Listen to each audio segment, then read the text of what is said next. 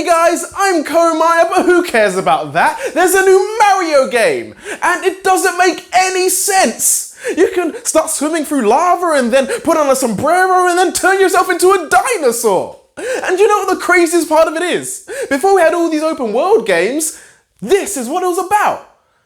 This is Start and Select, and I want to talk about how Super Mario Odyssey is bringing back the Sandbox.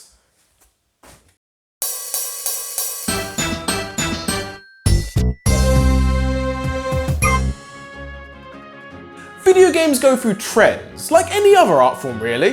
What's interesting one year might not be so hot the next. I mean, the same thing happens in music, fashion, and Bradley Cooper's taste in women.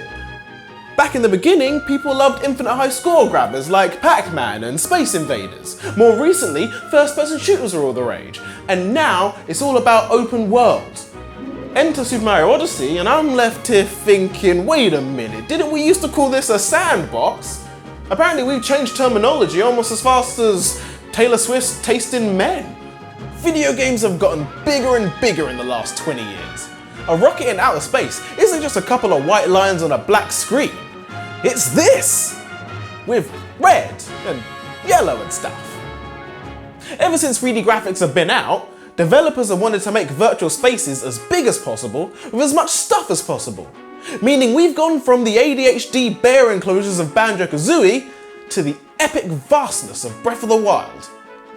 But apparently, somewhere between Pac-Man World and Grand Theft Auto 3, the term sandbox started to get pushed aside and open world took its place, even though they're not the same thing. Yeah, sandbox games and open world games, they have a lot of the same stuff, like they both employ big worlds and they both encourage and reward exploration, and they're both ill-advised nicknames for my girlfriend's private parts, but they do what they do for different reasons and to different effects. An open world game ideally wants the player to get lost in its fantasy, to have you subscribe to its version of reality. To do that, it will present the closest it can to a cohesive living world, and providing contextual reasons to engage with it. You know, like fighting monsters and harassing shopkeepers. A sandbox game doesn't care about silly things like consistency and logic. It just wants to give its players as many opportunities to try out the skills they've been taught. It's hard to see a rock just floating in midair and still suspend your disbelief. I mean, can we acknowledge for a second just how ludicrous a platform in a video game is? I mean, there's never any explanation given as to why the bad guys made an enchanted bridge over the death pit right to his front door. I mean, a floating platform in a video game makes as much sense as it does for me to stick this up right now. Think of it like this. An open world game is like a park. A big sprawling space with interesting bits close by and things on the horizon. A sandbox game is like a playground. Lots of stuff to do, concisely smashed together right in front of you. Most of the fun of a Mario game is doing triple jumps across a level design architecturally engineered to reward you when you do triple jumps. Much like Peach's Castle in Mario 64 and Isle Delfino in Mario Sunshine, Mario Odyssey is absolutely filled with structures that let you bounce around like a boss, using a piece of headgear so freaky you'll make the Mad Hatter look like a well-adjusted English gent. In Super Mario Odyssey, Princess Peach is kidnapped and forced into a marriage with world's angriest ginger, Bowser. Dismiss the steal your girl! So Mario has to travel around multiple different kingdoms to collect power moons so that he can fight off the Broodals, the wedding planners that have been hired by Bowser. Dismiss the steal your girl! I mean, when Princess Peach told Mario that I'm getting a rabbit that comes in 4 different sizes, I think he might have just got on the wrong end of the stick. Each kingdom has its own unique variety of power moon, as well as its own unique currency and its own unique set of 50+ missions. You'll be jetting off to places like the Cat Kingdom's Bonneton, a bumpy town, apparently built underneath the steampunk top hat of a goth kid's dandruff-laden scalp. Or the Metro Kingdom's New Donk City, the only place that has something stranger than Mario's weird troll body. A female politician in a suit that people actually like. Aside from Leslie Knope. Between the Seaside Kingdom's Bub Lane, the Snow Kingdom's Chavaria, and the Sand Kingdom's Toast Arena, Mario will be going through more climate changes than an Al Gore documentary. Mario Odyssey also has a pretty swish looking photo mode as well. I mean, I think, given the good work done in GTA 5, Watch Dogs 2 and Breath of the Wild, this should just be a standard in all video games now. Especially considering all the costumes you can buy in this game. I mean, I'm gonna get so many outfits, I'll be throwing out more clothes than Harvey Weinstein's ex-wife. It's been highlighted that Super Mario Odyssey is in line with Super Mario 64 and Super Mario Sunshine, but not the other modern Mario games. I mean, it's blatantly obvious how, from a gameplay perspective, Odyssey would be different from, say, Super Mario Run and the new Super Mario Bros. Games. Sudden onset dwarfism. But it turns out in the same way that sandboxes have turned from playgrounds into parks, Mario games themselves have moulded into something else. Which is only possible in a series where the damsel in distress keeps on getting taken by a bad guy that looks like Godzilla made a guest appearance from The Simpsons. AKA Bowser. Dismiss the steal your girl. You see, ultimately, what we're looking at here is level design. The levels in Super Mario 3D Land on Nintendo 3DS and Super Mario 3D World on the Wii U are all mostly linear obstacle courses, with little to no capacity to wander around in any direction.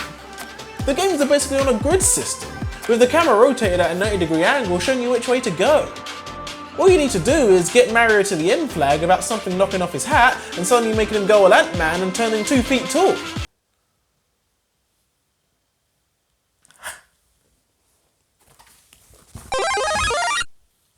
Even though you're using a 3D model of Mario, moving him around a 3D space, and the phrase 3D is literally in all the titles, you're close to playing one of the 2D games.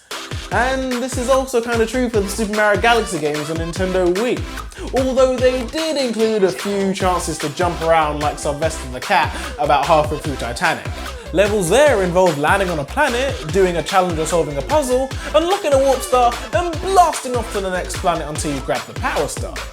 However, you could unlock some secrets by feeding Lumas, or find the occasional planet with a varied enough level design so you could stretch your particularly stubby Italian legs. Most notably, the observatory from Galaxy 1. But the true sandbox experience could only be found in Super Mario 64 and Super Mario Sunshine on the Nintendo 64 and GameCube respectively. The levels were these self-contained dioramas that just allowed me to pull off as many long jumps and backflips and ground pounds as I possibly could to explore its secrets.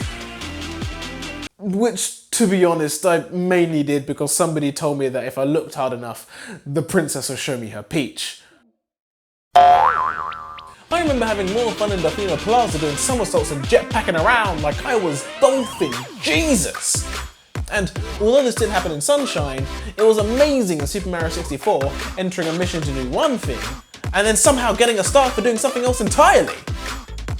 Moment to moment, Super Mario Odyssey has all the fun challenges, cool skills, and great level design ready for exploration.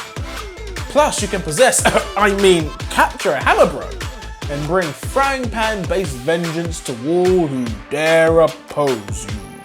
Which is pretty good for a guy that's taken so many mushrooms he thought a hat was a spaceship. Put that in your pipe and smoke it, Bowser.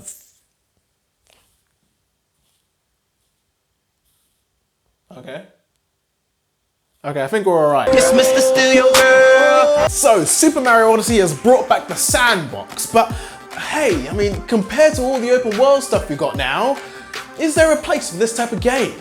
I mean, we all saw how well Ukulele did, right? And with all the other Mario game styles that have come and gone, what's your favourite qualities that you like to play again and again and again? Let me know down below, or chuck me a tweet. So, I'm gonna go play me some Mario. So I've been Comire, this has been Start and Select. Thank you, and good night.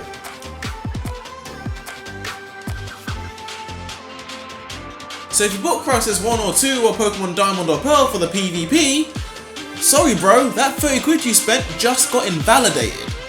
When I bought Pokken 2 on the Wii U, I was sold the ability to meet another player on the field of battle and watch a Pikachu in a luchador outfit suplex a 4-armed bird monster.